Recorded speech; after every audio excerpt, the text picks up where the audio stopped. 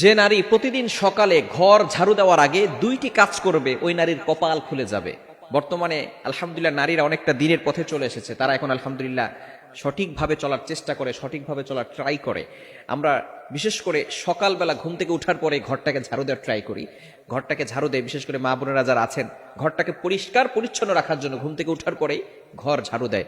এই ঘর ঝাড়ু দেওয়ার আগে কিছু কাজ করতে হবে। দুইটি কাজ যদি নারীরা করতে পারে ওই নারীর কপাল খুলে যাবে। এক নাম্বার হচ্ছে ফজরের সালাত আদায় করা। ফজরের 2 রাকাত ফরজ নামাজ আছে না নাই? ফজরের নামাজ কয় রাকাত? মোট হচ্ছে 4 রাকাত, 2 রাকাত সুন্নত, 2 রাকাত ফরজ। নবীজি সাল্লাল্লাহু আলাইহি সাল্লাম জানিয়ে দিয়েছেন, সহিহ মুসলিম শরীফের হাদিস, যে ব্যক্তি ফজরের 2 রাকাত ফজরের নামাজ আদায় করবে, আল্লাহ পাক রব্বুল আলামিন তাকে জিম্মায় নিয়ে নেবেন। ওই ব্যক্তিকে দুনিয়ার কোনো শত্রু কোনো ক্ষতি করতে পারবে না। আল্লাহ পাক রব্বুল আলামিন নিজে পরের দিন ফজর পর্যন্ত তাকে হেফাজত করতে থাকবে। আল্লাহ পাক রব্বুল আলামিন তার জিম্মাদার হয়ে যাবেন। আমরা অনেকে সকালবেলা ঘুম থেকে উঠেই নামাজ না পড়ে ঘর ঝাড়ু দেই। ঘর ঝাড়ু দেন, তাতে কোনো আপত্তি নাই, পরিষ্কার পরিচ্ছন্ন থাকা ভালো। আত্মহুরু সাত্রুল ইমান, পবিত্রতা হচ্ছে ইমানের অঙ্গ। কেননা বিশেষ করে বাংলাদেশি মা বোনেরা যারা আছেন তারা সাংসারিক কাজে ঘুম থেকে উঠার পরেই ঘরটা ঝাড়ু দেয়।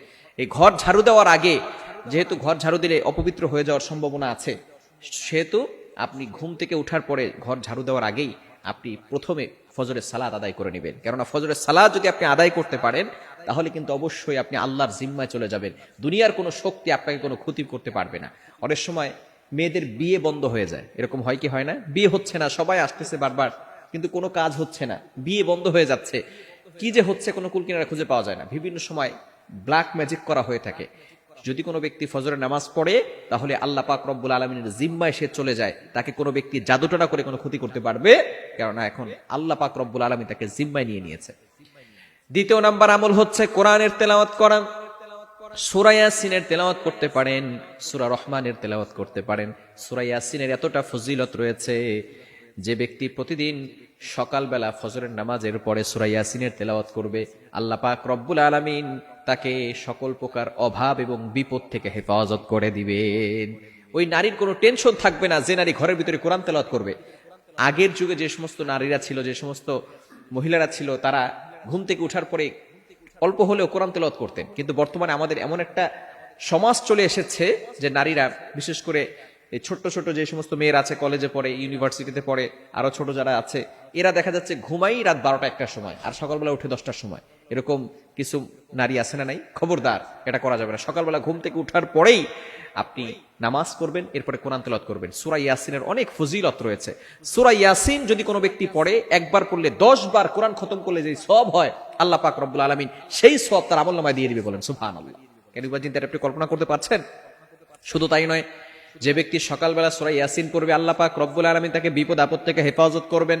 আল্লাহ পাক রব্বুল আলামিন তাকে অভাব থেকে হেফাজত করবেন।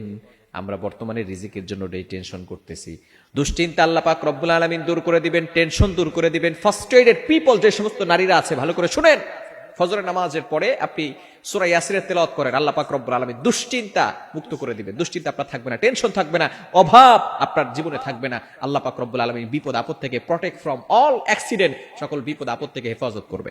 এজন্য অবশ্যই আমরা ঘুম থেকে উঠার পরে, আবার অনেক সময় দেখা যাচ্ছে ঘুম থেকে উঠতে উঠতে একটু লেট হয়ে যায়, এটা যদি প্রতিদিন হয় তাহলে কিন্তু গুনাহ হবে।